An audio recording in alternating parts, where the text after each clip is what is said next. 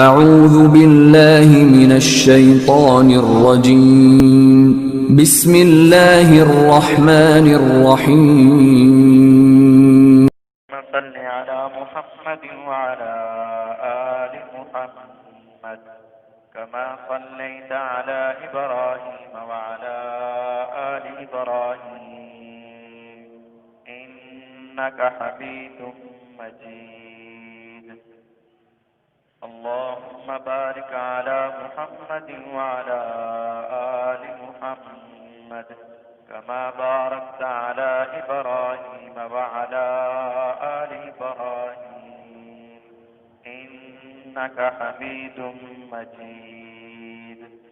أما بعد فإن خير الحديث كتاب الله وخير الهدي هدي محمد صلى الله عليه وسلم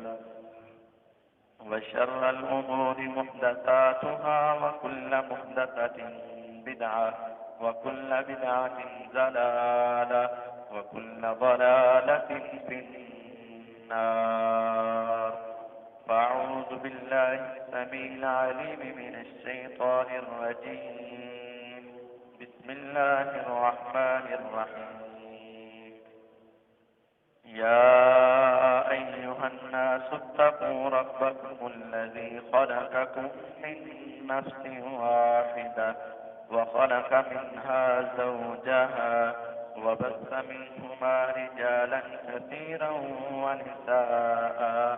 واتقوا الله الذي تساءلون به والأرحام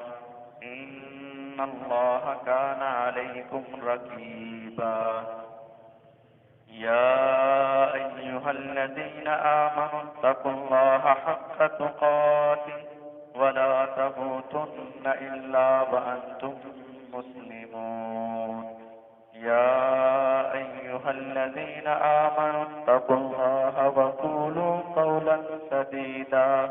يصلح لكم أعمالكم ويغفر لكم ذنوبكم ومن يطع الله ورسوله فقد فاز فوزا عظيما وقال الله تبارك وتعالى في مقام آخر يا حسرة على العباد ما يأتيهم من رسول إلا كانوا به يستهزئون وقال الله جل وعلا في مقام آخر ولقد استهزئ برسل من قبلك فحاق بالذين سخروا منهم ما كانوا به يستهزئون وقال عبد الله بن عباس رضي الله تعالى عنه وما خلق الله وما زرع نفسا أكرم من محمد صلى الله عليه وسلم ولا علمت أقسم بحياة غيره لعمرك إنهم لفي سكرتهم يعمهون ہر قسم کی حمد و ثنا، تعریفات، تقدیسات، تمجیدات و تحلیلات اللہ خالق کائنات مالک ارض و سما کے لیے ہے، اور درود و سلام نبی دو جہاں سرور کون و مکان احمد مجتبی حضرت محمد الرسول اللہ صلی اللہ علیہ وسلم کی ذات بابرکات کے لیے ہے، جن کو اللہ تعالیٰ نے ساری کائنات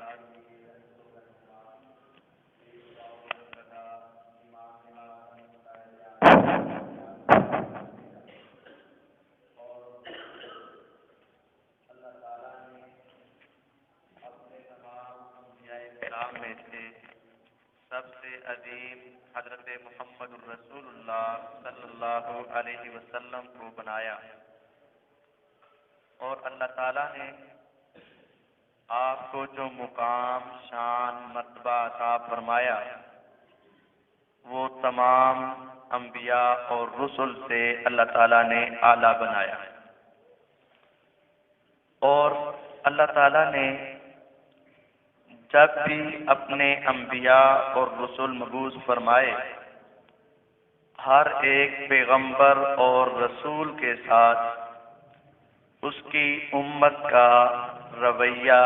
کچھ ایسا رہا کہ وہ اپنے ہاتھ، اپنی زبان اور اپنے دل کے ساتھ ان سے برا سلوک کرنے لگے۔ اور اللہ تعالیٰ نے کسی بات کا تذکرہ سورۃ یاسین میں اس طرح ارشاد فرمایا، یا حسرۃ علی العباد ما یأتیہم من رسول الا کانوا بہ یستہزئون۔ ہائے حسرت اور افسوس ہے ان بندوں پر، ما یأتیہم من رسول، کہ ان کی رشد و ہدایت کے لیے، ان کی کامیابی اور کامرانی کے لیے، ان کے سیدھے رستے کے لیے جتنے انبیاء اور رسل بھی آئے،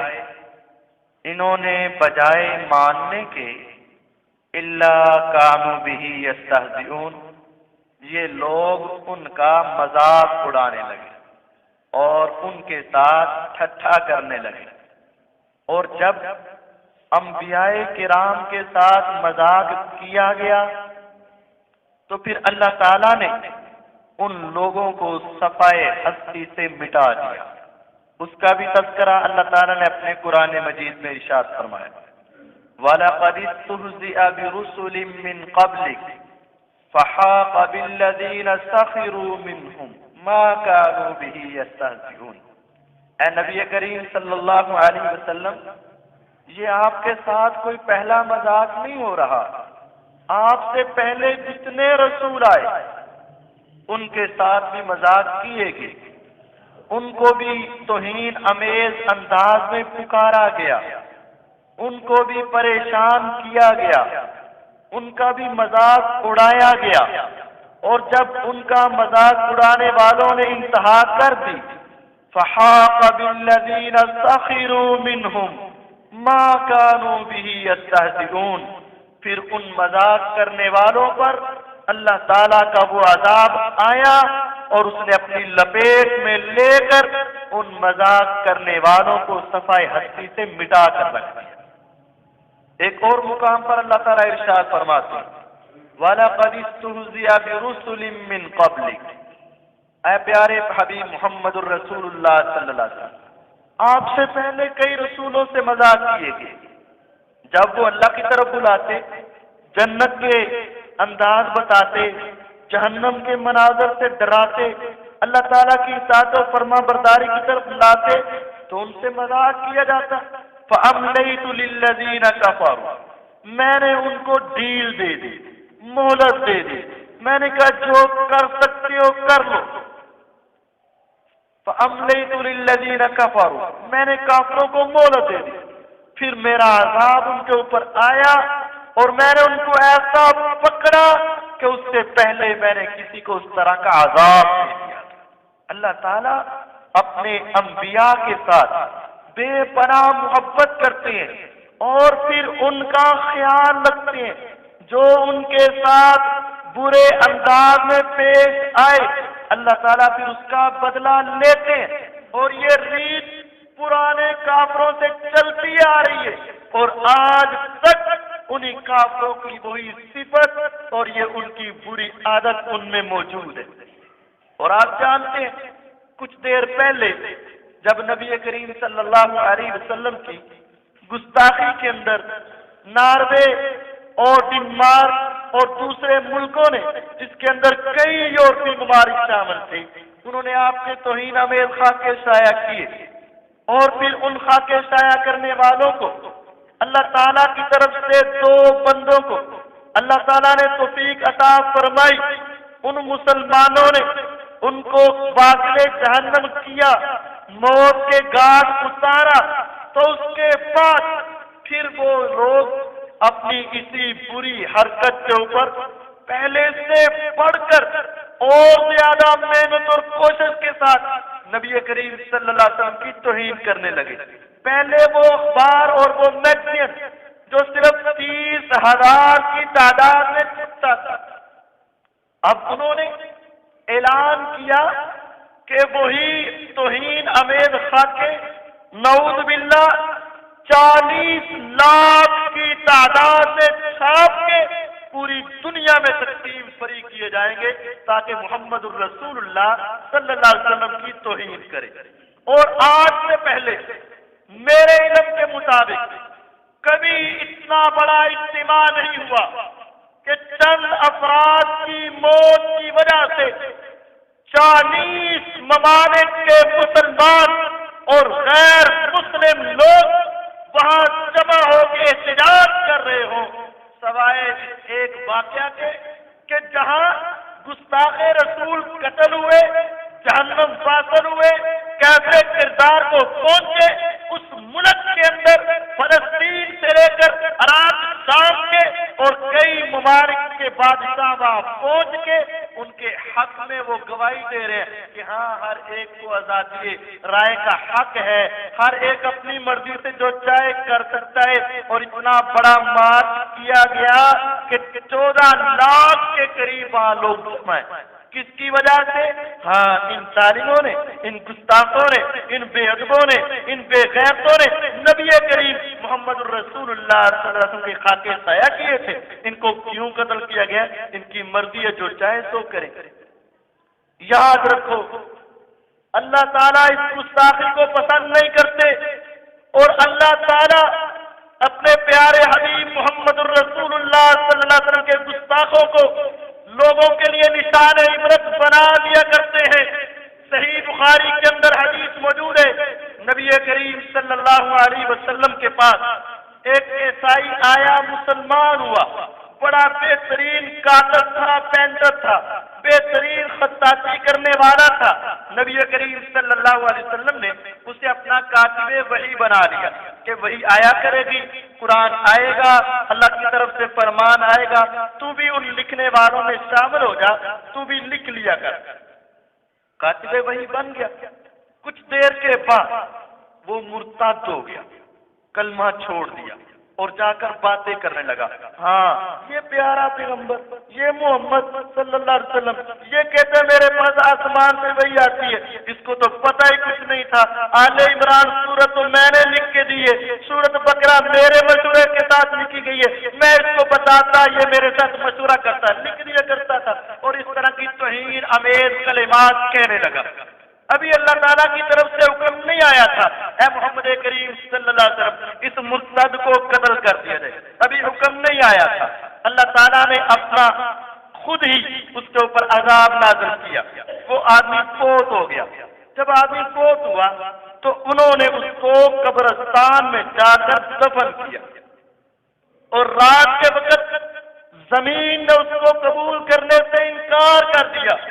زمین نے باہر نکال کر اپنی پشت پر پھینک دیا کہ ایسے ظالم کو میرے لیے اندر جگہ نہیں ہے، میرے اندر پناہ نہیں ہے۔ صبح ہوئی،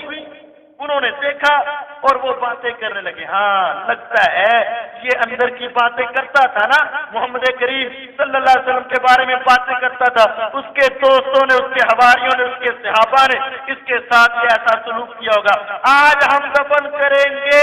اس کے اوپر پیرا لگائیں گے، اس کی رکھوالی کریں گے تاکہ کوئی تک پہنچ نہ پائے۔ انہوں نے دوبارہ دفن کیا۔ صحیح بخاری کے اندر حدیث موجود ہے، سارے پہرے دار کھڑے ہیں، اچانک قبر پھٹتی ہے، اس کو قبر اپنے اندر سے اچھال کے باہر پھینک دیتی ہے اور اس کو قبول کرنے سے انکار کر دیتی ہے۔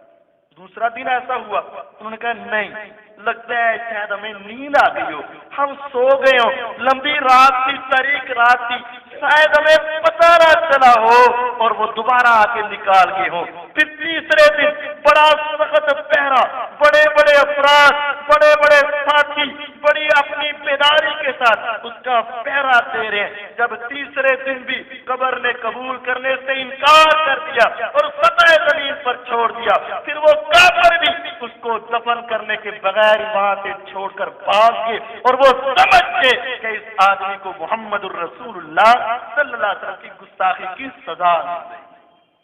اللہ تعالیٰ اپنے پیارے پیغمبر علیہ الصلوۃ والسلام کے گستاخوں کو دنیا میں دیکھنا پسند نہیں فرماتے، اور ان کی سزا سوائے قتل کے اور کوئی نہیں، کیونکہ انہوں نے توہین ہی ایسے عظیم پیغمبر کی، ایسے عظیم پیغمبر کی جس کو محمد الرسول اللہ صلی اللہ علیہ وسلم کہا جاتا ہے، جنہوں نے اپنی زندگی میں کبھی کسی پر ظلم نہیں کیا، کسی پر ستم نہیں کیا، اپنے اور غیر، اپنے اور پرائے، مسلمان اور کافر، ہر ایک کے حق کو پوری طرح ادا کیا تھا، وہ محمد الرسول اللہ صلی اللہ علیہ وسلم۔ اللہ تعالیٰ نے باقی سارے انبیاء کو بڑا مقام عطا فرمایا، لیکن کسی کی ذات کی قسم نہیں اٹھائی، کسی کی عمر کی قسم نہیں اٹھائی۔ عبداللہ ابن عباس رضی اللہ تعالیٰ فرماتے ہیں اللہ تعالیٰ نے اس روئے زمین میں محمد الرسول اللہ صلی اللہ علیہ وسلم سے بڑھ کر کسی انسان کو پیدا نہیں کیا، کیونکہ پورے قرآن کے اندر تقریباً 18 انبیاء کے تذکرے موجود ہیں، پورے قرآن مجید کے اندر 25 کے قریب انبیاء کرام کا نام موجود ہے، بڑے بڑے عظیم الشان پیغمبر آئے، لیکن اللہ نے کسی کی زندگی کی قسم نہیں اٹھائی سوائے ایک انسان محمد الرسول اللہ صلی اللہ علیہ وسلم کی، کہ ان کی زندگی، ان کی صبح، ان کی شام، ان کا اٹھنا بیٹھنا، ان کا دن رات، ان کا آنا جانا چلنا پھرنا، ساری زندگی اتنی عظیم زندگی تھی، لعمرک انہم لفی سکرتہم یعمہون۔ اے محمد کریم صلی اللہ علیہ وسلم، ہمیں آپ کی عمر کی قسم ہے، جس طرح آپ کی عمر پاک ہے، ہم آپ کی عمر کی قسم اٹھا۔ اللہ تعالیٰ نے نبی کریم صلی اللہ علیہ وسلم کو یہ مقام عطا کیا، اور اب اگر کوئی ان کی توہین کرتا ہے یا کسی نے کی تو اس کا انجام سوائے قتل کے اور کوئی نہیں ہوا۔ اور نبی کریم صلی اللہ علیہ وسلم کے دور میں صحابہ کرام نے ایسا کیا۔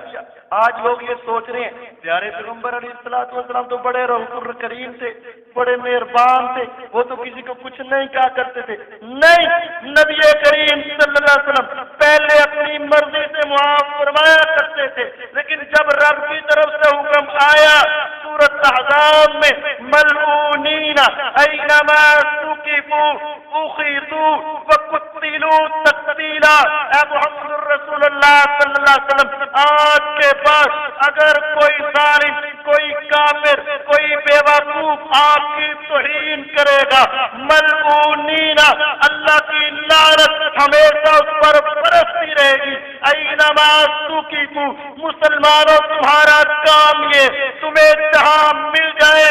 اخذوا، اس کو پکڑ لو، وقتلوا تقتیلا،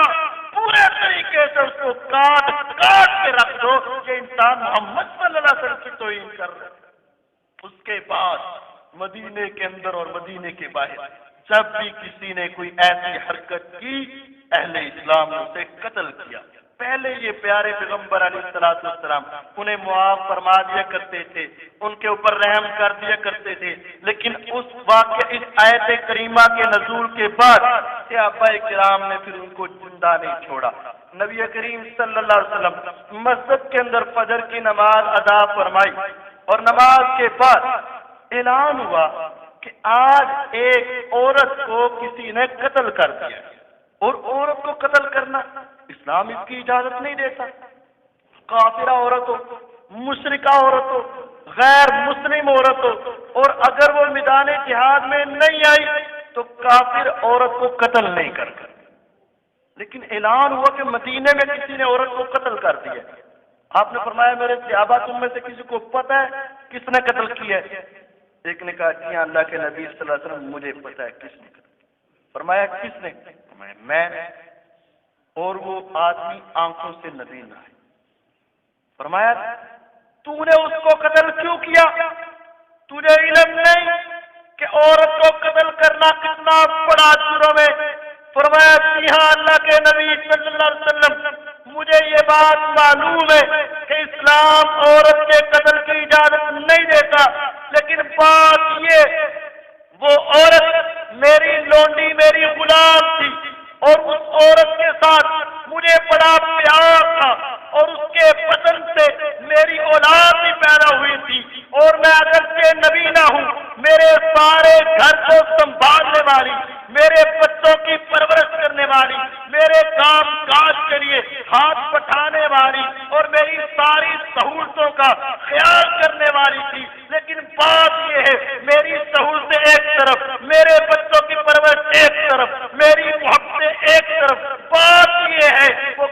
بسا اوقات آپ آپ کی توہین کر دیا کرتی تھی، آپ کے بارے میں نازیبا کلمات کیا کرتی تھی، میں نے اس کو سمجھایا، وہ بات نہ آئی۔ آج رات بھی ایسا ہوا، اس نے جب برے الفاظ نکالے مجھ سے برداشت نہ ہو پایا، میں نے وہ گینسی اور کدال پکڑی، اس کا نوکدار حصہ اس کے پیٹ پر رکھا، دوسرے حصے پر میں نے اپنا پورا وزن ڈالا اور پیٹ کی انتڑیاں پھاڑ کے اور اس کو قتل کر دیا۔ محمد الرسول اللہ صلی اللہ علیہ وسلم جو چند لمحے پہلے یہ پوچھ رہے تھے تو نے عورت کو کیوں قتل کیا، تجھے علم نہیں ہے عورت کو قتل کرنا حرام ہے، وہ فرمانے لگے، فرمایا ہاں الا ان دمها حدر، سن لو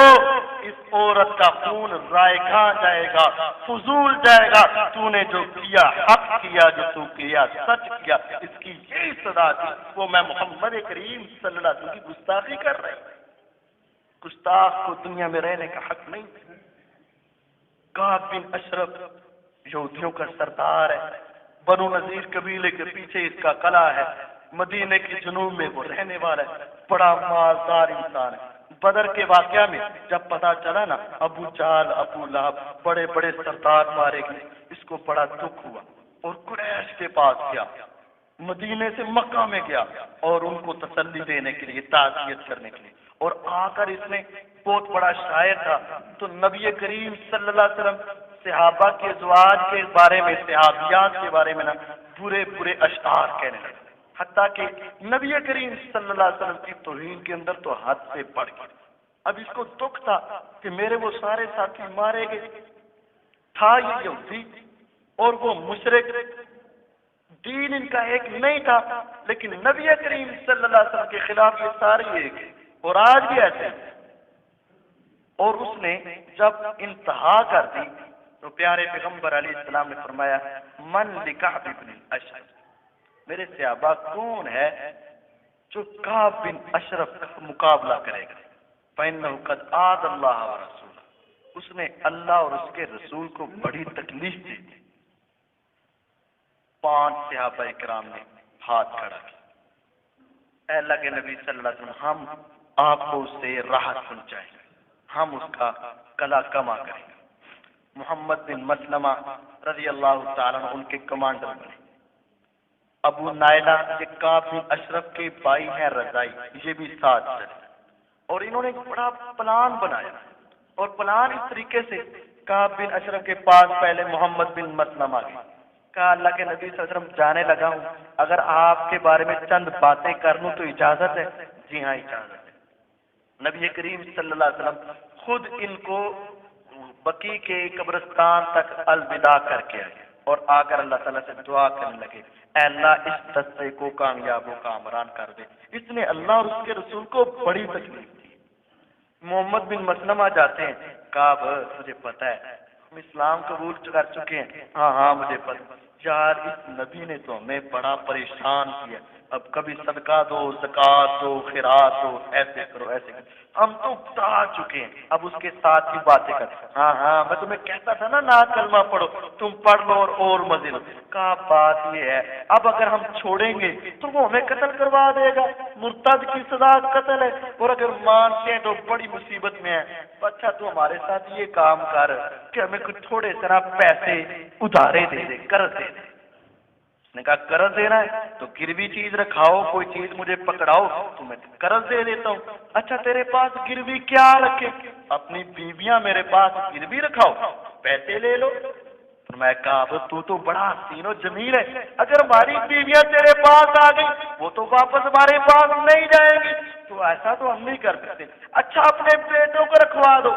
کہا تو جانتا ہے اگر ہم نے اپنے بیٹوں کو رکھوا دیا تھوڑے پیسے کے لیے تو پھر تو ساری زندگی ان کو تانے دیے جائیں گے، تیرے باپ نے تجھے قرضے کے اندر گروی رکھوا دیا تھا، اچھا پھر کیا چاہتے ہو؟ کہا ہمارے ہاں سب سے معزز ترین چیز جو ہے نا وہ ہمارے ہتھیار ہے، تو ہمارے ہتھیار اپنے پاس رکھ لے اور تھوڑی دیر کے لیے قرضہ دے۔ چلو ٹھیک ہے، ہتھیار اس کے پاس رکھے اور قرضہ لے کر واپس۔ ابو نائلہ رضی اللہ تعالیٰ یہ اس کعب کے رضائی بھائی تھے، یہ بھی اس کے پاس پہنچے، ایسے بات کی اور اس کے پاس ہتھیار رکھا کہ کچھ پیسے لے کر واپس آئے۔ اب کچھ دن کے بعد کعب کے پاس یہ ابو نائلہ، محمد بن مسلمہ اور 3 اور ساتھی گئے، اور کعب کو ابو نائلہ نے آواز دی۔ رات کے وقت ربیع الاول کا مہینہ تھا، یہ جو مہینہ چل رہا ہے، جس مہینے میں یہ 12-14 مردار ہوئے ہیں، گستاخ رسول قتل ہوئے، اسی مہینے کی 14ویں رات کو، ربیع الاول کی 14ویں رات کو یہ 5 صحابہ کے ابو کعب کو ابو نائلہ نے آواز دی۔ کعب اپنی نئی نویلی دلہن کے پاس تھا۔ کعب کو جب آواز پڑی، اس کی دلہن کہنے لگی، کعب نہ جانا، مجھے لگتا ہے کہ آواز دینے والے کی آواز میں تیرے قتل کی بو آ رہی ہے اور مجھے تیرے خون کی بو آ رہی ہے۔ کعب کہنے لگا، لو جی، سردار آدمی کو جب کوئی مصیبت کے وقت بلائے، سردار ہی نہ جائے تو وہ سردار کیسا ہوگا۔ کعب اترا، ان کے پاس پہنچا، خوشبو کے ساتھ اس کے بال معطر تھے، بہت حسین، بہت پیاری خوشبو آ رہی۔ ابو نائلہ کہنے لگے، کعب آج تو نے کیا خوشبو لگائی ہے،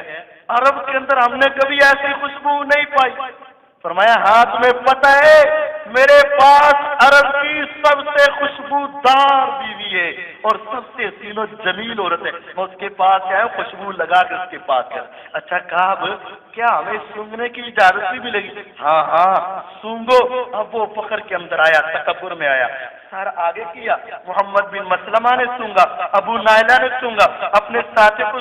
سنگوایا اور چھوڑ دیا۔ کہا، کعب چلتے پھرتے تھوڑی سی تیرے ساتھ بات کرنی ہے۔ ہاں ہاں کرو، ہم بڑے پریشان ہیں۔ اب کعب چل رہے ہیں، وہ ساتھ چل رہے ہیں، اور پھر کہنے لگی، کعب یار کیا ایک مرتبہ پھر سونگنے دے گا؟ ہاں ہاں سونگو۔ اب وہ اترانے لگا،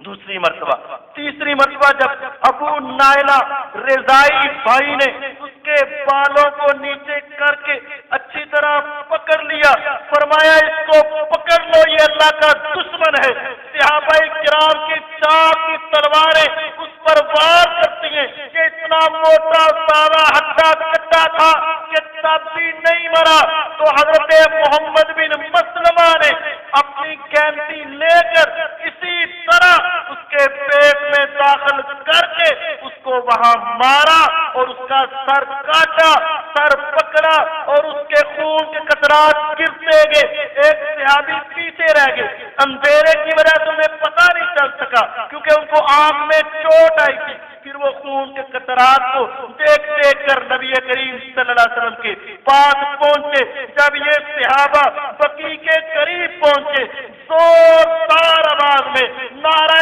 تکبیر بلند کیا، محمد الرسول اللہ صلی اللہ علیہ وسلم اپنے گھر سے باہر نکلے اور سمجھ گئے ہاں تم کو اللہ نے کامیاب فرما دیا۔ آپ نے اپنی زبان سے ارشاد فرمایا، افلحت الوجوہ، لگتا ہے اللہ نے تمہارے چہروں کو کامیاب کر دیا۔ فرمایا، ہاں نعم افلحنا ووجہک یا رسول اللہ، اے اللہ کے رسول صلی اللہ علیہ وسلم، اللہ نے ہمیں بھی کامیاب فرمایا ہے اور آپ کو بھی کامیاب فرمایا ہے، اللہ نے آپ کے دشمن کو صفحہ ہستی سے مٹا دیا۔ نبی کریم صلی اللہ علیہ وسلم فتح مکہ کے موقع پر کس کس کو معاف نہیں کیا؟ وحشی کو معاف کیا جس نے آپ کے چچا کو شہید کیا، ہندا کو معاف کیا جس نے آپ کے چچا کے ٹکڑے ٹکڑے کر کے کلیجہ چبایا، نبی کریم صلی اللہ علیہ وسلم نے عثمان بن طلحہ کو معاف کیا جس نے آپ کو چابیاں دینے سے انکار کیا تھا۔ پیارے پیغمبر علیہ السلام نے بڑے بڑے ظالموں کو، بڑے بڑے آپ کو دکھ دینے والوں کو معاف فرمایا، لیکن فرمایا سن لو، اگر ابن قتل تمہیں کہیں مل جائے، بیت اللہ میں بھی مل جائے، تم نے اس کو نہیں چھوڑنا، کیونکہ وہ میں محمد صلی اللہ علیہ وسلم کا نام لے کر گستاخی والے اشعار پڑھتا ہے۔ صحابہ کرام ڈھونڈنے گئے، ڈھونڈتے ڈھونڈتے ایک صحابی نے دیکھا کہ بیت اللہ کی دیوار کے ساتھ چمٹا ہوا ہے، غلاف کعبہ کو پکڑ کے اپنے آپ کو بچانے کی کوشش کر رہا ہے۔ وہ یہ سوچتا تھا، سمجھتا تھا کہ اللہ کا گھر ہے، بیت اللہ ہے، حرمت والا ہے اور اس کی چادر بڑی حرمت والی ہے، مجھے یہاں کوئی کچھ نہیں کہے گا۔ ایک صحابی نے دیکھا، ابھی اس کو قتل نہیں کیا، آیا اللہ کے نبی صلی اللہ علیہ وسلم کے پاس، آقا اس کا کیا کرنا چاہیے؟ متعلق بأستار الکعبہ، وہ تو کعبہ کے غلاف کو پکڑ کے کھڑا ہے۔ فرمایا فقتل، اس ظالم کی سزا یہ ہے کہ وہ میں محمد صلی اللہ علیہ وسلم کی توہین کرنے والا بیت اللہ کے پاس اس کی دیوار کے ساتھ اور اس کے پردے اور غلاف کو پکڑ کے بھی کھڑا ہو تو تم اس کو وہاں بھی قتل کر دو۔ صحابی نے جا کر اس کو وہاں بھی قتل کر دیا کہ گستاخ کو دنیا میں رہنے کا حق نہیں۔ نبی کریم صلی اللہ علیہ وسلم کی زندگی میں ایسا ہوا۔ محرم کا مہینہ، پیارے پیغمبر علیہ الصلوۃ والسلام حرمت والے مہینے کا بڑا خیال کرتے تھے، اور آج مسلمان کے یہ واقعات سنانے کا مقصد یہ کہ مسلمان آج تیرے دل و دماغ میں محمد الرسول اللہ صلی اللہ علیہ وسلم کی حرمت کا خیال ہونا چاہیے، ان کے ساتھ محبت کا تقاضا یہ کہ تو ان کے لیے کٹ مرنے کے لیے تیار ہو جائے۔ آج ہم اپنے بیٹوں کے نام کے ساتھ، اپنے نام کے ساتھ، ہر ایک نام کے ساتھ محمد کا لفظ استعمال کرتے ہیں، محمد اعظم، محمد اصغر، محمد اکبر، محمد ندیم، محمد فلاں، محمد فلاں۔ یہ کس لیے استعمال کیا جاتا ہے؟ کوئی غیر مسلم تو نہیں کرتا ہے، یہ سارے مسلمان کرتے ہیں۔ دل و دماغ میں بات یہ ہے کہ ہمیں اس نام کے ساتھ بڑا پیار ہے، اس سے بڑی محبت ہے، اپنے بیٹے کے نام کے ساتھ اس نام کو لگا کر اس کی عظمت کو بتلانا چاہتے ہیں۔ اور میں یہاں یہ بات بھی کر دینا چاہتا ہوں کہ وہاں اگر ان ظالموں کی وفات کے اوپر ان ظالموں کو جب واصل جہنم کیا گیا،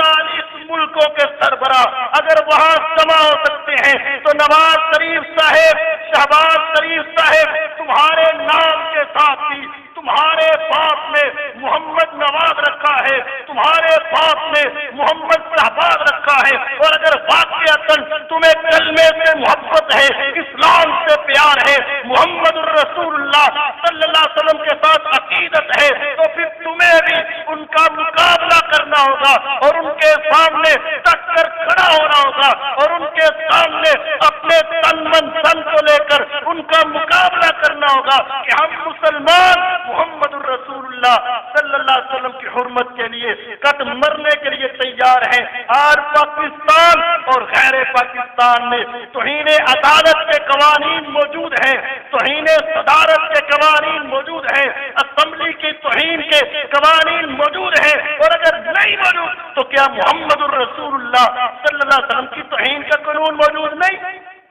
اگر صدر کی توہین کرے اس کو پکڑا جائے گا،